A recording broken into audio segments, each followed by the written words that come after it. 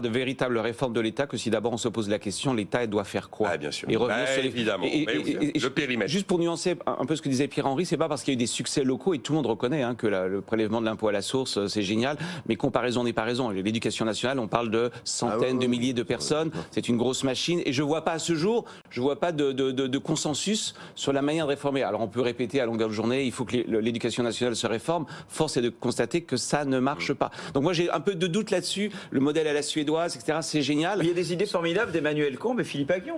On est d'accord. Oui, sur les externats d'excellence. Je vous conseille de lire. Il est trop modeste. Emmanuel est trop modeste en fait. Je vous ai retrouvé sur les externats d'excellence. Mais oui, Philippe Aghion, j'ai retrouvé vos. Il est trop modeste, mon ami Emmanuel.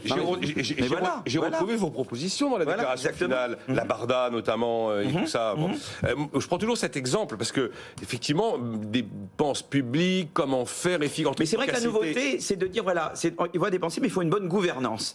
Par exemple, les écoles, on sait que pour les écoles, que bon, la taille des classes c'est important, mais la qualité des profs c'est important et le suivi des élèves c'est important. Alors il y avait cette idée d'externat d'excellence parce qu'il y a eu des centres d'études, un Gris qui a eu le prix Nobel d'économie l'année dernière et d'autres qui ont montré l'importance de ces ingrédients. Et là, tout le défi, c'est de les introduire dans le système français. Alors ça voudra dire probablement plus d'autonomie du chef d'établissement, c'est-à-dire concilier, un peu comme les Finlandais le font, un curriculum national et des standards nationaux en matière de qualité et de programme, et une certaine autonomie dont a besoin le chef d'établissement pour pouvoir réaliser le contrat pédagogique. Voilà. Mais je pense que on peut aller vers ces éléments-là. Je crois qu'il y a eu aux États-Unis, il y avait les fameuses charter schools qui sont elles privées, mais il y a eu des écoles publiques qui ont intégré des éléments des charter schools et qui du coup ont beaucoup mieux marché. Je pense qu'il faut regarder ce qui marche bien. Évidemment, la France c'est pas les États-Unis et pas d'autres pays, mais je pense qu'on peut avancer dans cette direction, notamment celle des externats d'excellence dont on parle,